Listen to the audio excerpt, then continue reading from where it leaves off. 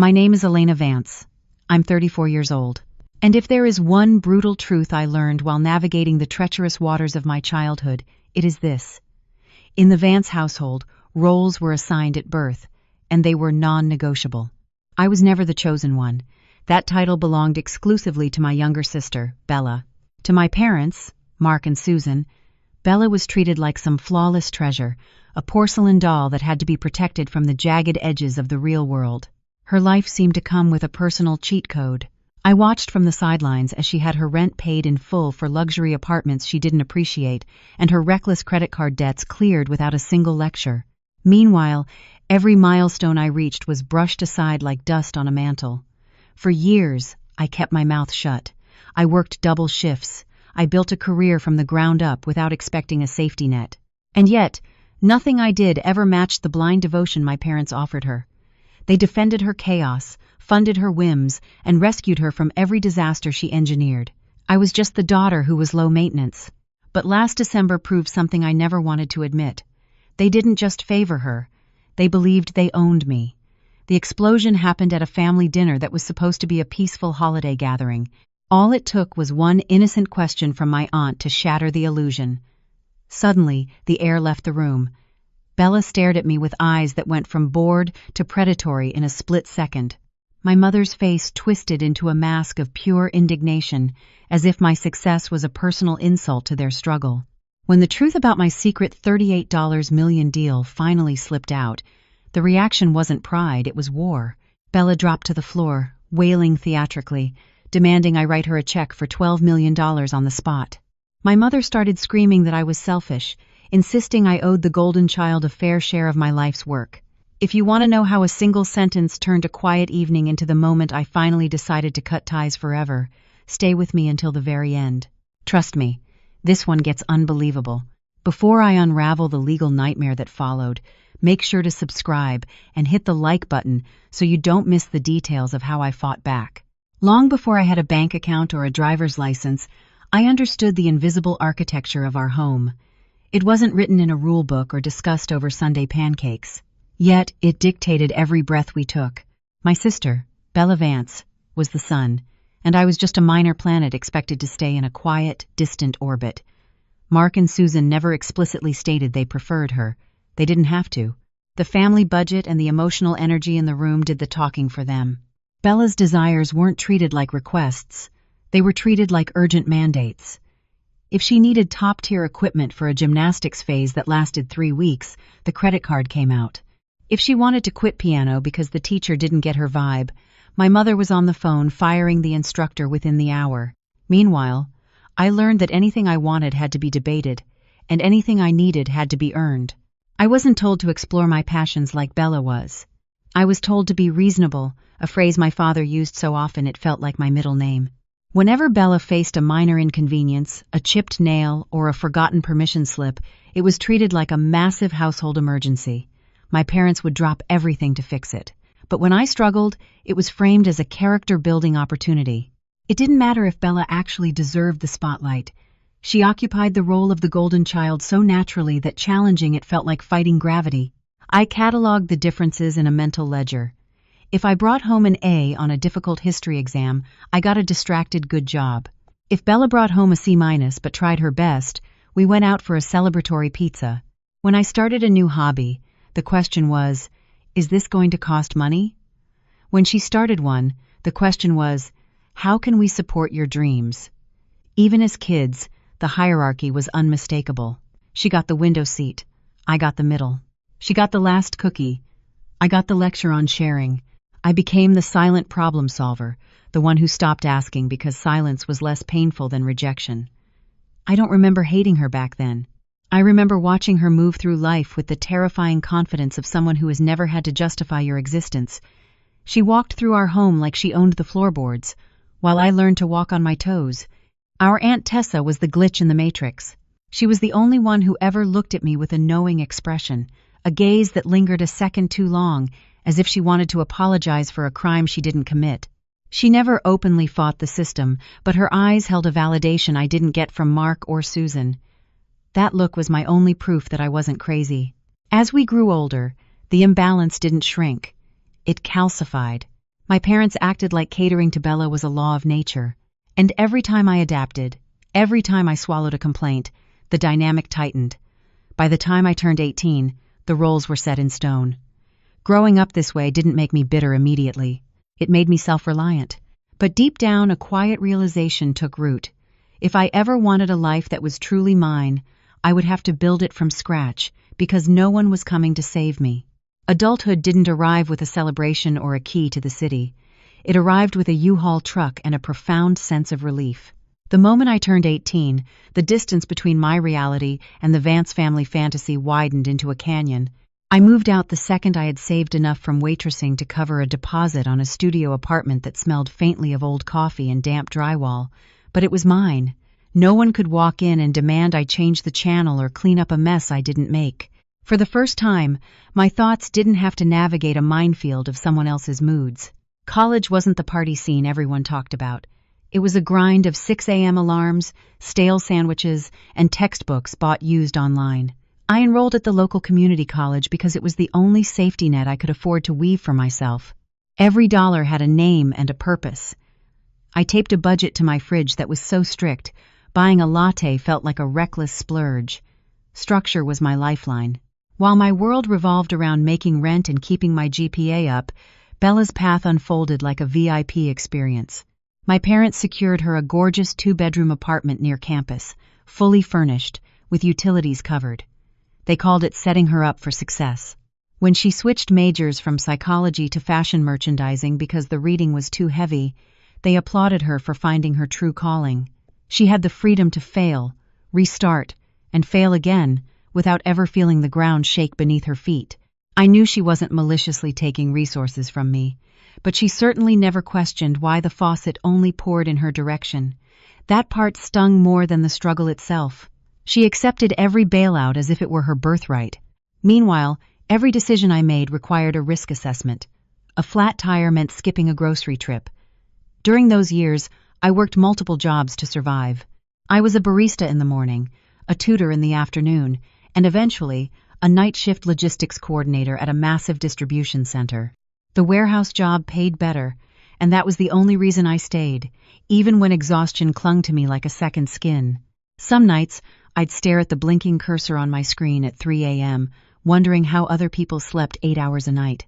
But pushing through that period did something crucial. It taught me how to function without a cushion, how to solve problems when there was no one to call. Independence wasn't a choice anymore. It was a survival strategy. My parents rarely asked how I was managing. Their calls were brief check-ins, usually pivoting to updates about Bella's latest drama or triumph. She was always finding herself, and apparently, finding oneself was an expensive hobby. I listened, nodded, and offered vague congratulations because arguing would only get me labeled difficult. As time passed, the contrast became laughable. I graduated with student loans I'd be paying off for a decade. She graduated debt-free. I moved into a slightly larger apartment that still required a roommate. She moved into a condo my parents co-signed for. They called it a smart investment. I called it another chapter in a book I was tired of reading. Despite everything, I didn't resent the silence between us. If anything, I craved it. Building a life on my own terms gave me a strange kind of peace. Every setback taught me resilience, and every small win felt earned in a way nothing from childhood ever had. The further I drifted from their orbit, the more I realized that being alone wasn't the same as being lonely. It was freedom. As the years shifted, a new clarity formed in the quiet parts of my routine. It didn't arrive through a sudden inspiration, but through long nights at the warehouse, watching shipments move in patterns the rest of the staff barely noticed. I became fixated on the inefficiencies, delays, misplaced items, outdated tracking systems that forced workers to rely on patchwork solutions. Something about the chaos felt fixable, and the idea followed me home each night until it settled into something larger than curiosity. I didn't have funding, connections, or family support, but I had discipline that became the backbone of everything I built. Afterward, I started teaching myself basic coding after work using free tutorials and a borrowed textbook. The learning curve was steep, but each concept pushed me forward. I treated every small milestone like proof that I could turn this interest into something tangible. Eventually, I created a simple prototype, a bare-bones system that could streamline internal routing. It wasn't impressive to anyone else, but to me, it was a doorway. I tested it relentlessly, adjusting functions, rewriting sections, documenting every bug. My apartment became a hybrid of workspace and storage unit, and the glow of my laptop stayed on long after the building fell silent. During that period, I made a deliberate decision. I wouldn't tell my family anything. Their pattern was predictable. If they knew what I was doing, they would ignore it until it benefited them. If it succeeded, they would treat it as a family asset. And if it failed, it would become evidence that I'd never been as capable as Bella. Silence felt safer. While my days were shaped around progress, theirs were still shaped around my sister. My parents kept praising her ambitions, even when those ambitions changed every few months. She drifted between job prospects without urgency because she knew the safety net beneath her would always hold. I watched from afar as she received temporary support that lasted years. My mother described her as finding herself, a phrase I learned to interpret as still waiting for someone else to solve things. Meanwhile, I registered my company, VanStream Solutions, LLC, and began pitching a functional version of my system to small businesses. Some rejected me.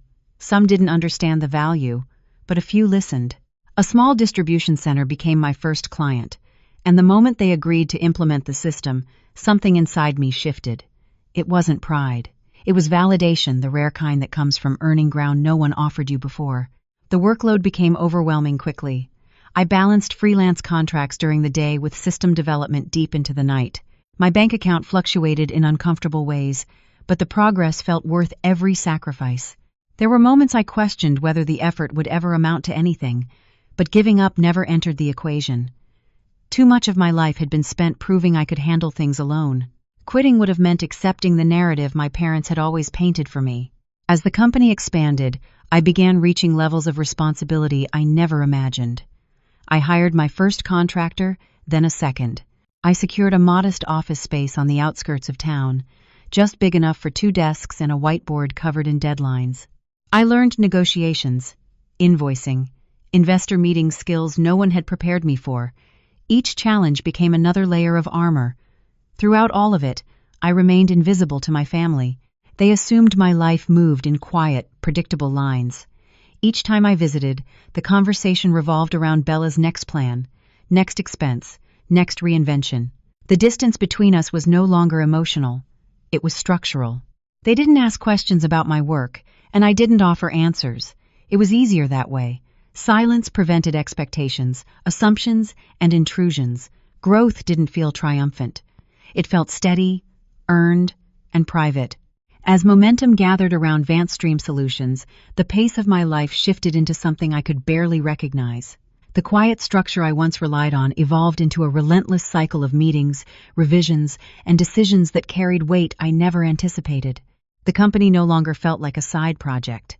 It had grown into a functioning machine fueled by expectation and potential. Each step forward demanded a new level of precision, and I adapted because adaptation had always been my default.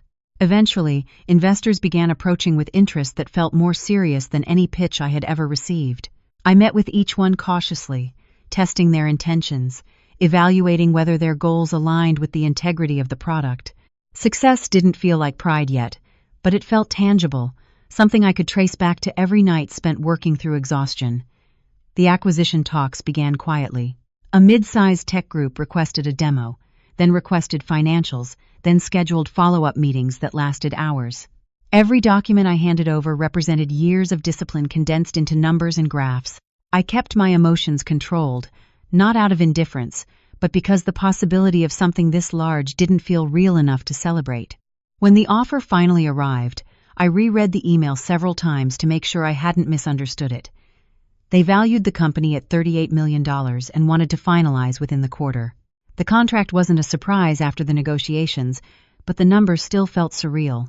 I signed it alone in my office, surrounded by empty coffee cups and notes scribbled during late hours when I wasn't sure any of this would ever amount to more than an idea.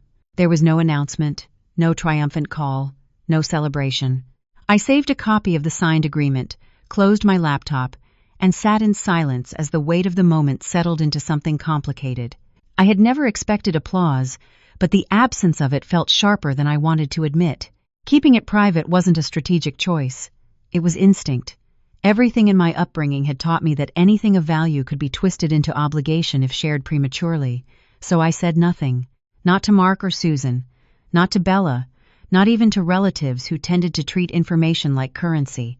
The success was mine, and for once, I wanted something in my life to remain untouched by the gravity of family dynamics. During that same period, my parents continued shaping their lives around whatever Bella needed. They refinanced part of their home to help her through what they called a transitional period. They covered bills she forgot to pay and praised her for working on stability, even when stability meant moving from one short-lived job to another. Their support was unwavering, and she accepted it without hesitation. I didn't resent the pattern. I had learned long ago that their choices had nothing to do with merit. They saw Bella through a lens that had been polished since childhood, and they saw me through a lens shaped by expectation rather than promise. Nothing I accomplished shifted their perspective, and I stopped wishing it would. As December approached, my Aunt Tessa asked if I planned to attend the annual holiday dinner. She sounded genuinely curious, not probing. I told her I'd be there, and in her pause, I could hear a hint of something. Maybe concern, maybe anticipation. She didn't know the details of the acquisition, but she knew I had been building something substantial. For reasons I couldn't explain, she was the only person whose reaction I didn't worry about. The night of the dinner, I drove to my parents' house with no intention of revealing anything. My goal was simple: show up, stay polite, avoid conflict, and leave early if things became uncomfortable. I didn't expect anything unusual to happen. I didn't expect questions I couldn't sidestep. And I definitely didn't expect the evening to shift in a direction that would unravel every remaining thread connecting me to that household. Walking up to the door, I felt none of the warmth typically associated with holidays, only a faint uncertainty about how the night might unfold. Stepping inside the house that evening felt strangely familiar, yet distant enough that I could sense how much I'd changed since the last time all of us shared a room. The decorations were already up, arranged with the same precision Susan always insisted on, and the usual noise of holiday chatter filled the background. Nothing about the environment hinted at the shift that would soon divide everything along a new fault line. I moved through the rooms with practiced caution, quietly acknowledging relatives and offering polite smiles, careful not to linger long enough for anyone to press for details about my life. Most interactions were surface level, and I preferred it that way. Avoiding attention had become second nature, especially in settings that revolved around old roles I no longer fit into. Dinner began with the predictable rhythm plates being passed, questions directed toward familiar topics, and plenty of praise for whatever updates Bella shared about her current plans. I listened without comment, recognizing the dynamic as one I had learned to navigate long ago. The evening could have continued that way without disruption, if not for the one person who had always seen more than the rest. Aunt Tessa waited until the table settled before turning her attention toward me. She didn't raise her voice or make a show of it. She simply asked how my work had been going, phrasing the question with a tone that held more knowledge than curiosity. Her timing was deliberate, and in that brief silence after her words, I sensed the room shift. Eyes started turning in my direction, not with interest, but with surprise that anyone had asked me something that required more than a quick answer. I felt the weight of the moment pressing against my chest, and for the first time that evening, there was no quiet route to escape. Holding back the truth felt heavier than letting it surface. I didn't offer details, only the core fact that I had finalized the sale of my company.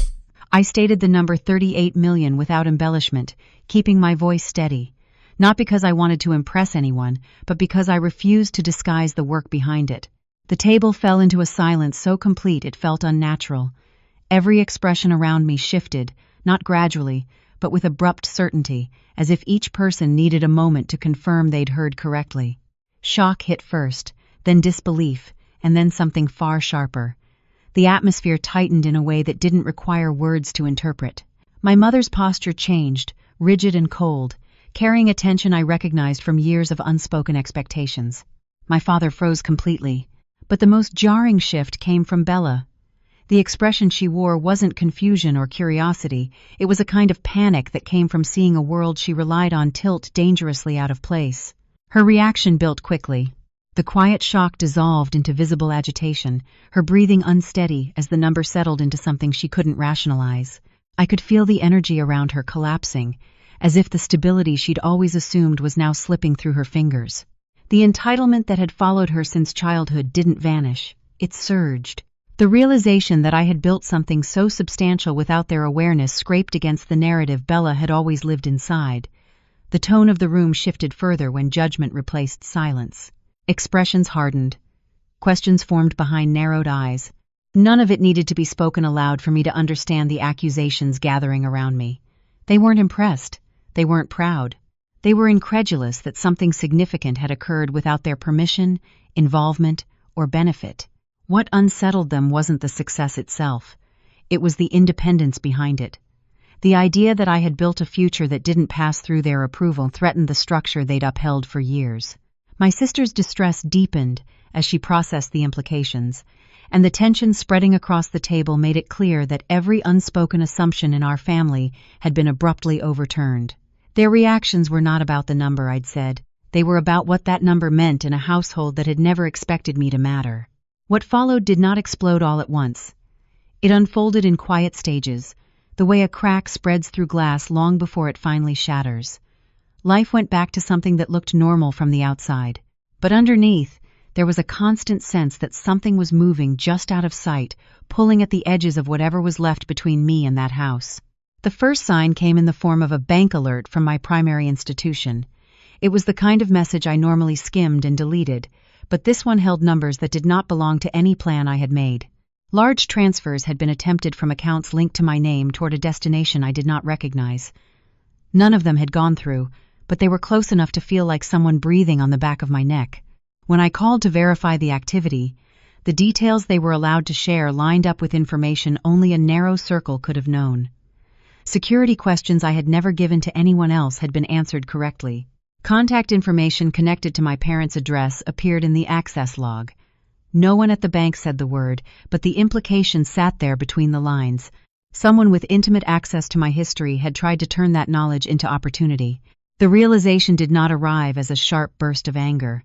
It came as a slow, sinking heaviness, like discovering that the floor of a house you once trusted had been hollow for years. I had always understood that my family felt entitled to my time, my attention, and my emotional labor.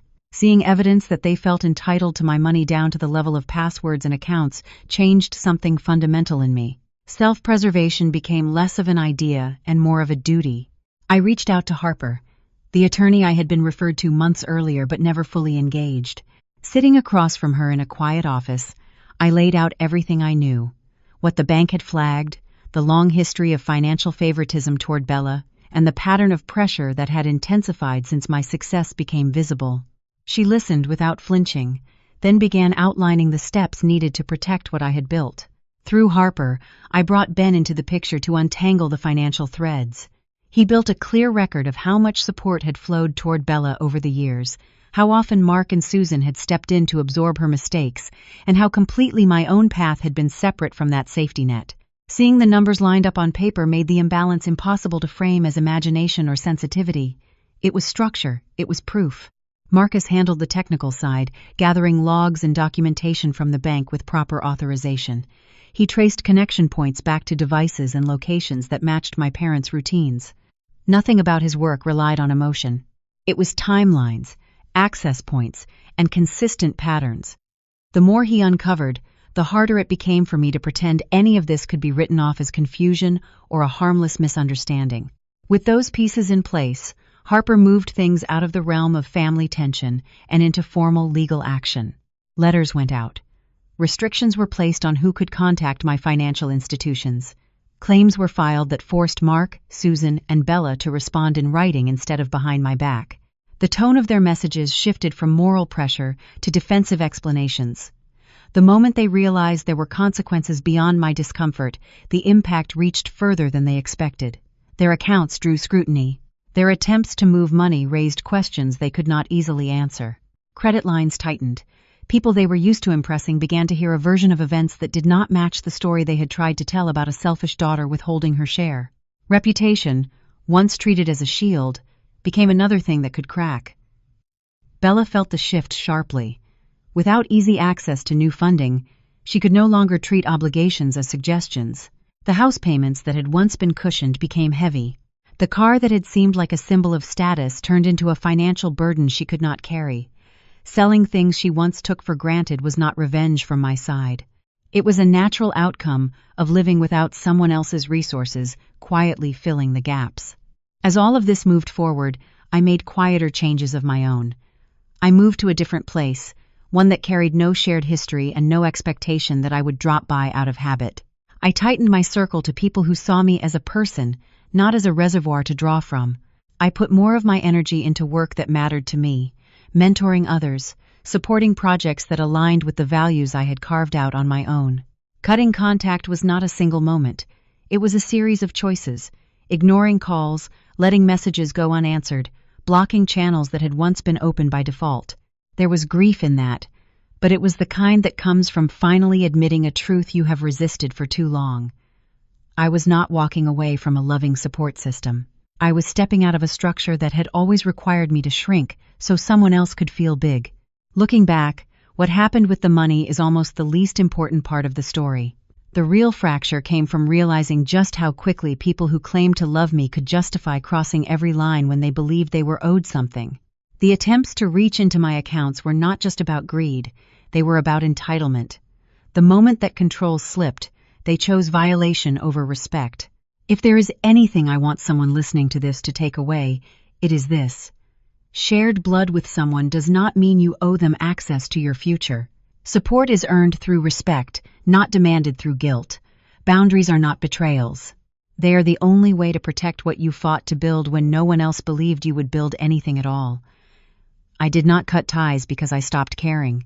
I cut ties because caring had turned into a weapon in their hands, and I refused to let them use it to claim a life that was never theirs to touch.